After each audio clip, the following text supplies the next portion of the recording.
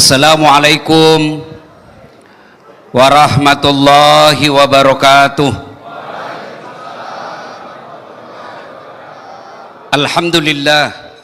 Alhamdulillahi rabbil alamin. Wa bihi nasta'inu ala umurid dunya waddin.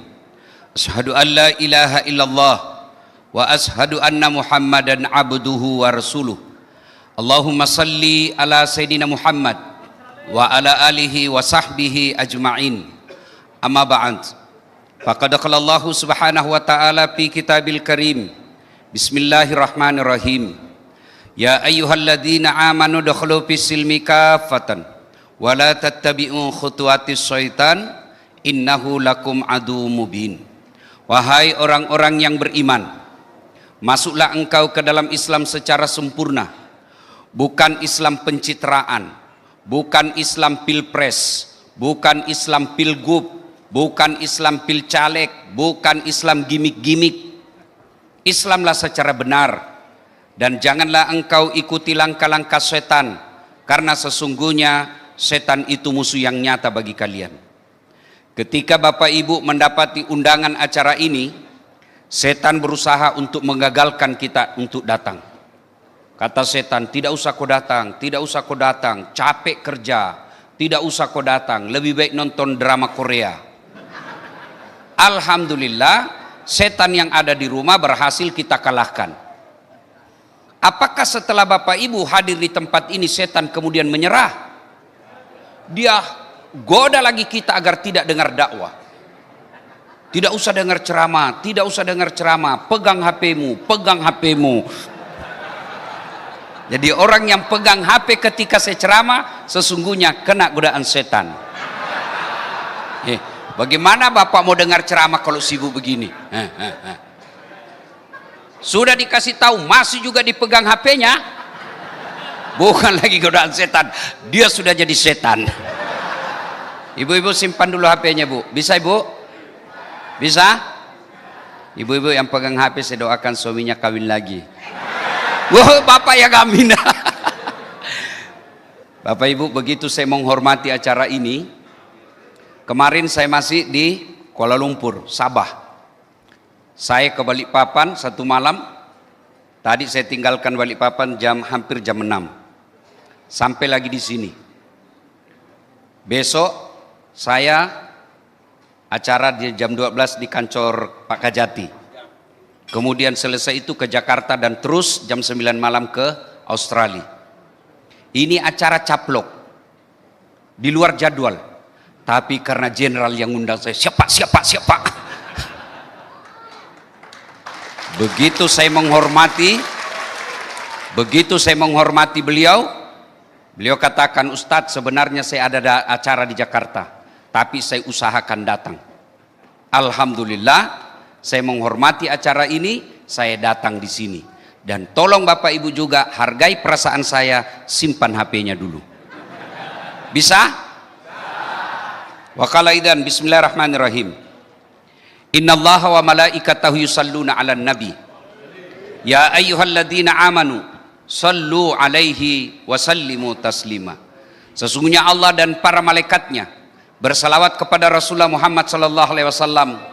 Maka wahai orang-orang yang beriman, bersalawatlah kalian kepada Rasulullah dengan sebaik-baik salawat. Sadaqallahul azim, maha benar Allah dengan segala firman-Nya. Bapak Ibu, saudara-saudara sekalian, teristimewa yang kita hormati, yang kita muliakan Ketua Majelis Ulama Indonesia Jawa Tengah, terkhusus Sahibul Bait yang mengundang kita di tempat ini, Bapak Gubernur Jawa Tengah, Irjen Pol Haji Nana Sujana, beserta Porkom, ya itu, yang insya Allah dimuliakan dan dirahmati oleh Allah Subhanahu Wa Taala. Mohon maaf Pak Pangdam, saya tidak bisa sebut Pak Kajati, saya takut salah namanya, tapi insya Allah saya doakan selalu dalam pertolongan dan perlindungan Allah. Beserta para ibu dan istri yang hadir pada di tempat ini, yang insya Allah dirahmati Allah Subhanahu Wa Taala. 1400 tahun yang lalu, di Mekah ada masyarakat namanya jahiliyah. Al-Quran menamainya jahiliyah. Kenapa dia disebut jahiliyah? Dua karakternya. Satu, sombong. Dua, mengonak kebenaran. Apakah sombong itu pakai baju mahal? Belum tentu. Pak Kapolda ada rezekinya pakai baju krokodil, cap buaya. Kalau asli kepalanya menghadap ke dalam, kalau palsu menghadap keluar. Ya kan? Pak Pangdam pakai jam tangan harga 20 juta, ada rezekinya atau barangkali kawan yang kasih. Apa sombong? Tidak. Kapan dia sombong? Menganggap remeh orang lain. Pak Kapolda pakai mobil mewah, salah? Tidak. Rezekinya dia. Kapan sombong? Meremehkan orang yang jelek mobilnya. Pak Gubernur pakai baju apa atau pakai sepatu, ya mahal. Apa sombong? Belum tentu. Kapan dia sombong? Meremehkan orang lain. Contoh, Dasaat, kau tahu ini sepatuku? Ini 15 juta ini. Kau sepatumu? Palsu. Itu baru sombong. Ibu-ibu pakai emas berlian, silahkan. Itu rezekinya ibu. Kapan ibu sombong? Meremehkan orang palsu di belakang. Apa? Kenapa? Palsu gelangnya. Itu sombong. Kenapa? Meremehkan orang lain. Bapak-bapak kepala dinas, Allah kasih rezeki. Apa itu sombong? Tidak. Kapan? Kalau bapak remehkan pegawai honor. Itu namanya sombong. Menolak kebenaran. Masyarakat jahiliyah waktu itu, begitu sombongnya, strata masyarakatnya ada lapisannya. Sebelum usia Nabi Muhammad 40 tahun, orang-orang Mekah mencintai Nabi. Pada Nabi usia 36 tahun, terjadi perselisihan di Mekah. Kenapa? Di pugar Ka'bah, batu Hajar Aswad mau diletakkan kembali. Dan siapa yang ditunjuk untuk bermusyawarah? Siapa yang ditunjuk dari 4 suku? Muhammad. Karena mereka gelari Al-Amin, yang terpercaya. Kapan mereka mulai membenci Nabi? Ketika Nabi mengatakan, La ilaha illallah Muhammad dan Rasulullah. Kata Abu Jahal, dia kan anak baru kemarin. Saya senior. Dia baru 4 tahun jadi pegawai sudah dipromosi kepala bagian. Saya sudah 10 tahun kok saya tidak diangkat-angkat. Betul Bapak 10 tahun tapi otaknya Pentium 1. Suruh bikin surat sama Pak PJ. Sudah Pak, tinggal di print. Belum sudah namanya itu.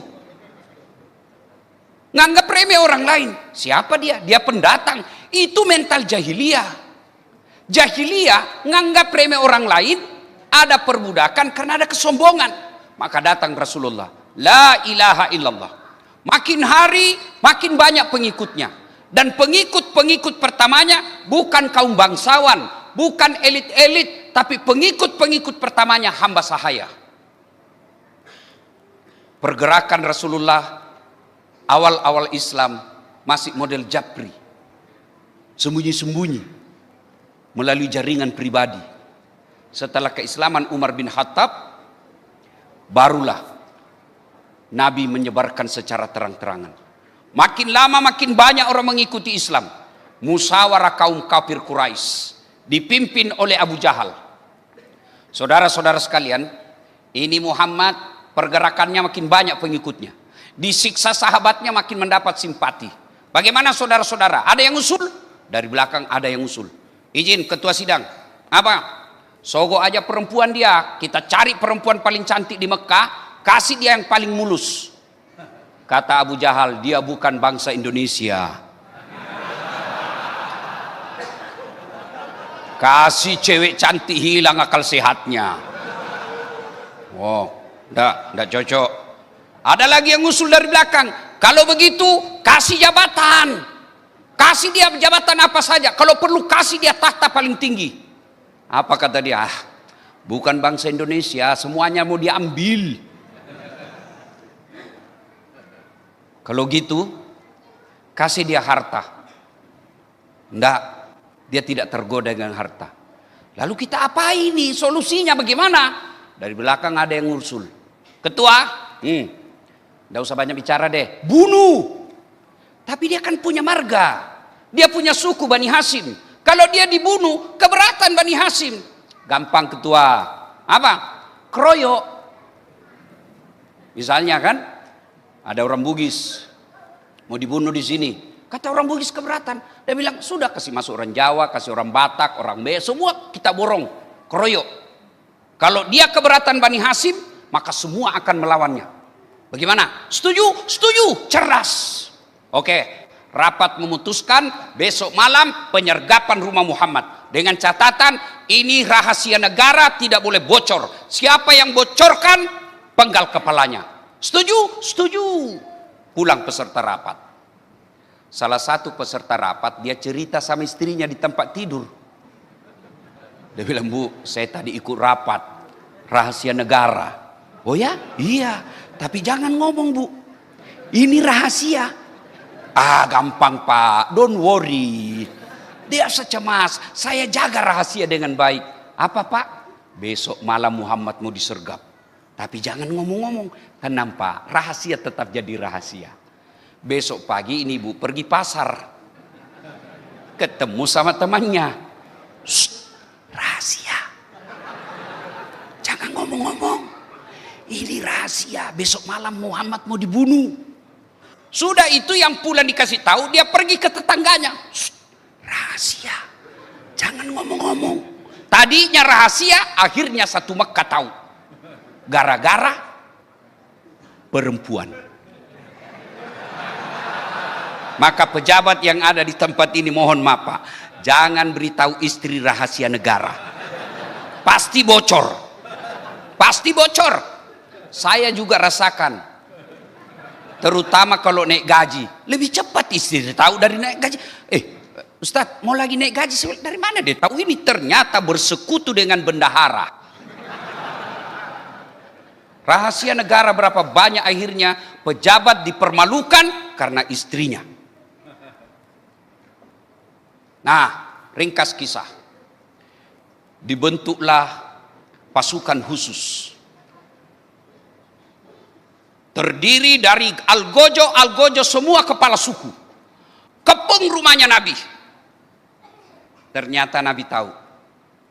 Nabi panggil Ali bin Abi Thalib, anak muda waktu itu. Ya Ali, kau ganti saya tempat tidurku ini malam. Ali berkatakan, sami'na wa ata'na. Saya dengar dan saya laksanakan. Selesai penyergapan itu, pernah Ali ditanya, ya Ali, kenapa kau mau ganti Muhammad di tempat tidurnya? Nah, kau tahu malam itu malam penyergapan. Kalau kau ganti tempat tidurnya, itu resikonya kau mati. Apa kata Ali? Kalau Ali bin Abi Thalib mati, hanya satu orang yang mati, anaknya Abi Thalib. Tapi kalau Muhammad yang mati pada malam itu, siar Islam, cahaya kebenaran akan hilang. Lebih baik saya yang mati. Masya Allah. Kalau ganti gubernur, Pak, belum habis masa jabatannya, sudah didoakan cepat selesai. Kalau ini mengganti mati. Mengganti mati, Pak. Tapi Ali bin Abi Thalib tidak pernah ragu. Padahal waktu itu anak muda. Kalau mengganti pejabat, Pak, banyak yang mau.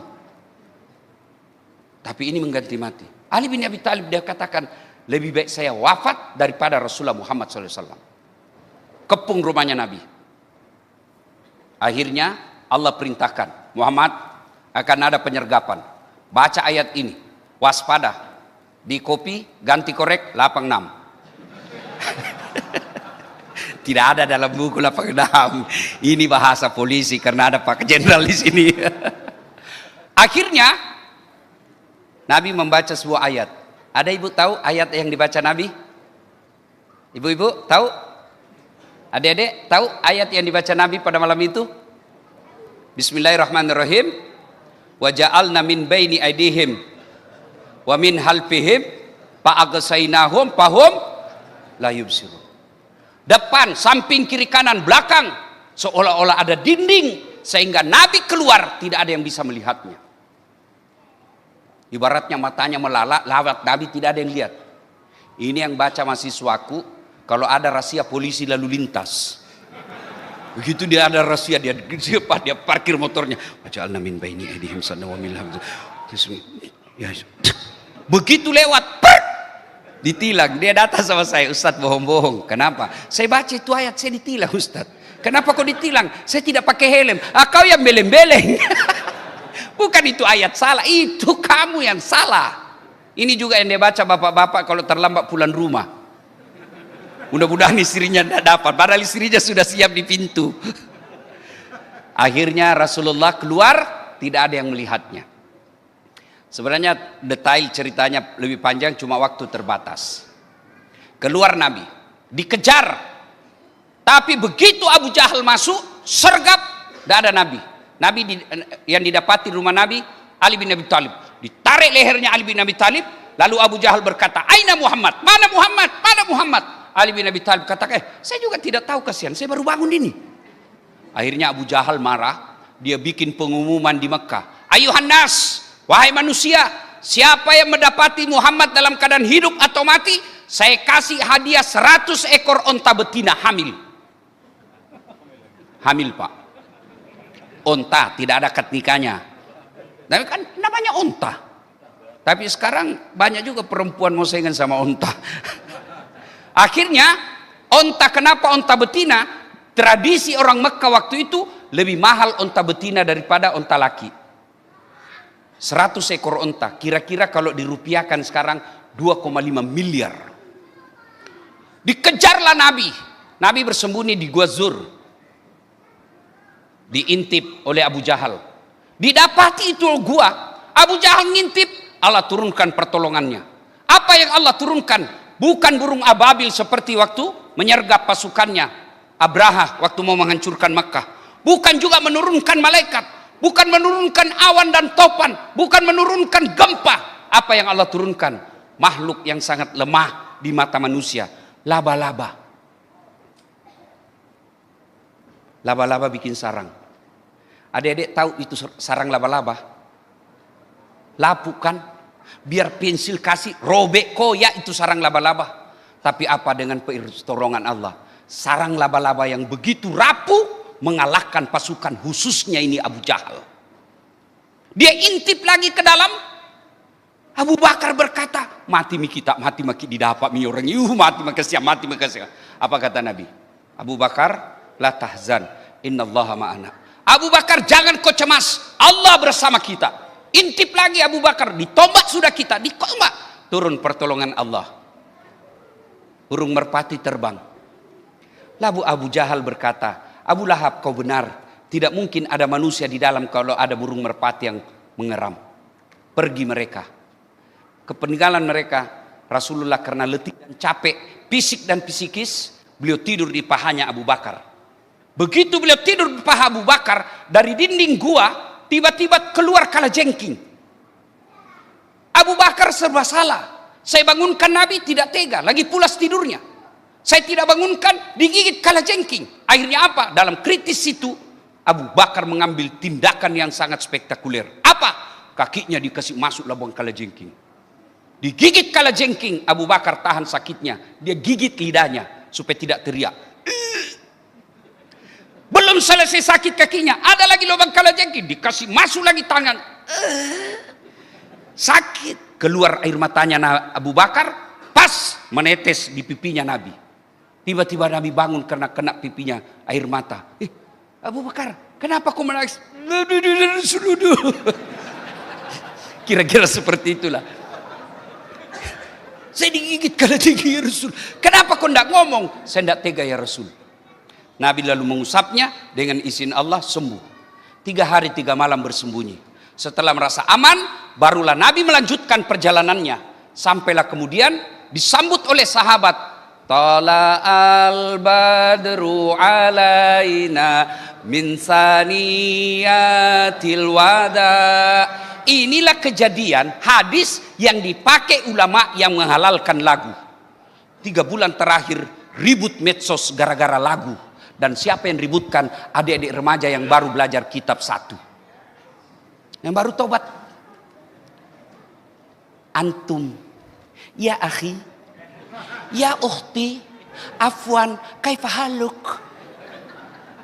Modal itu aja dia sudah kafir-kafirkan kita menyanyi. Hah? Gara-gara saya tidak pakai janggot, saya dibilangi ustadz tidak sunnah. Saya bilang, kenapa kau tuduh saya ustadz sunnah? Dia bilang, buktinya kau tidak pelihara jenggot. Ya mau diapa kalau tidak ada mau tumbuh? Saya sudah kasih minyak, enggak tumbuh-tumbuh.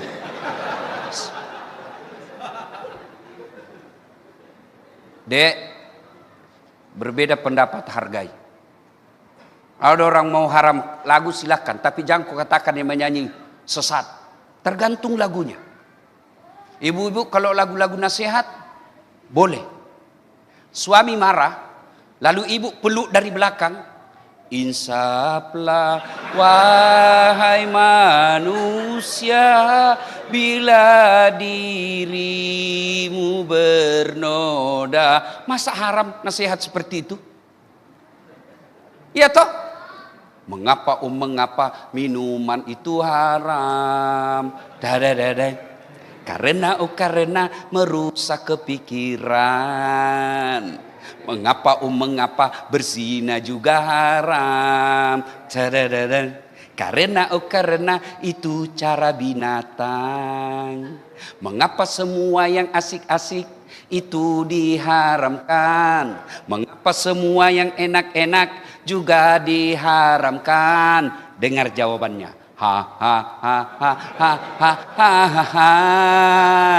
Itulah perangkap setan. Umpannya ialah bermacam-macam kesenangan.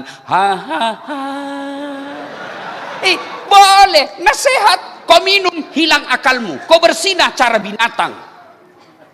Masa haram seperti itu nasihat?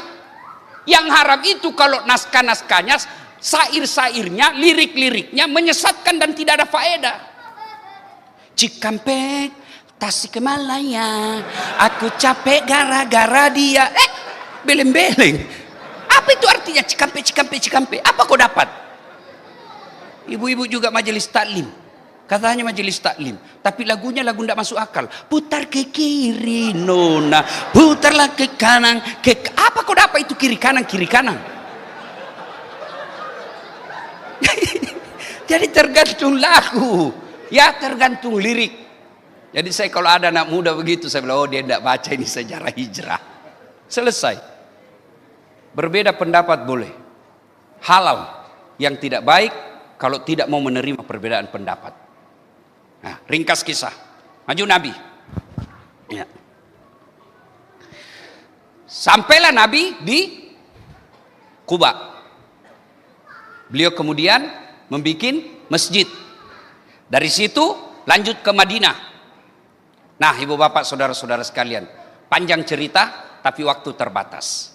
Inilah sejarah awal penanggalan Islam yang dipelopori oleh Umar bin Khattab. Jadi penanggalan Hijriah itu Umar bin Khattab yang mempelopori. Presiden Indonesia yang kedua.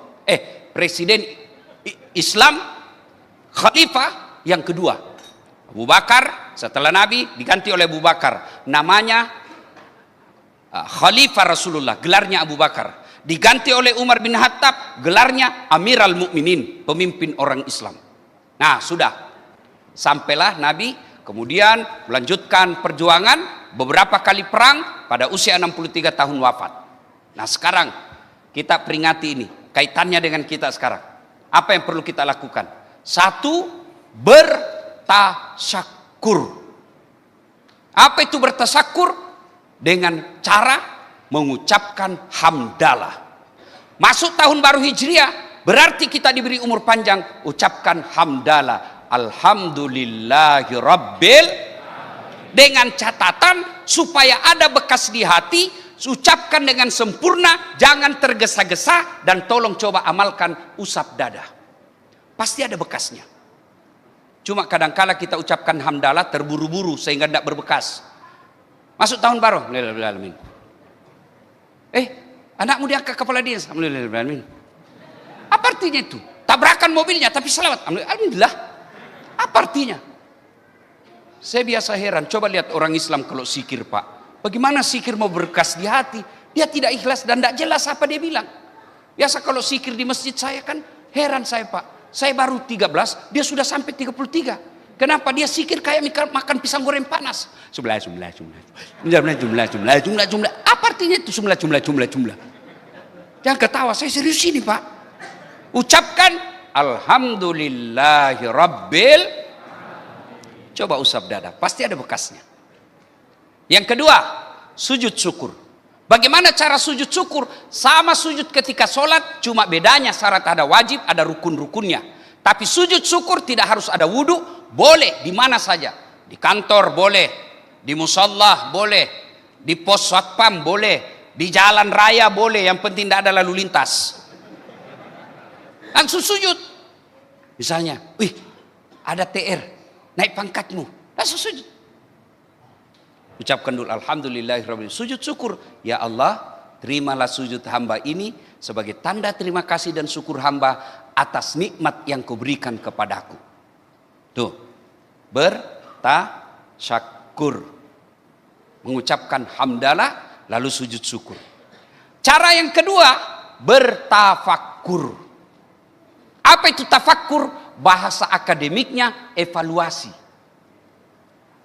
Apa yang dievaluasi? Nikmat Allah.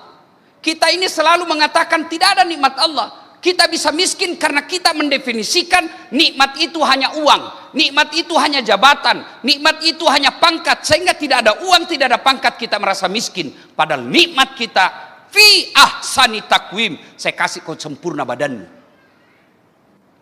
Ibu-ibu, ibu, loh, mau tidak saya kasih iPhone 15 1 tera gratis?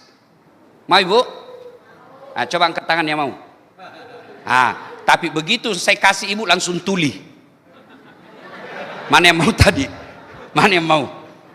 Artinya bukan seluler yang mahal, bukan jaringan yang mahal, bukan iPhone yang mahal. Apa yang mahal? Telinga. Allah kasih gratis.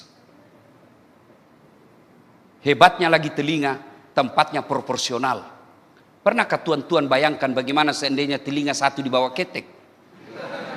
Halo, siap Pak PJ? Di mana Pak PJ? Iya toh? Adik-adik, kenapa iPhone 15 itu mahal? Karena saya mengajar mata kuliah fotografi. Kameranya yang membuat dia canggih. Kameranya dia bisa atur orang hitam bisa dia kasih putih. Orang bintik-bintik mukanya bisa dia kasih mulus. Kalau pakai kamera manual itu perlu ilmunya, tapi dengan kamera iPhone itu dia bisa tangkap gambar jauh dan jernih. Mau saya kasih kameranya iPhone 15 adek-adek nih? Mau? Ah, mulai kau berpikir itu? Mau?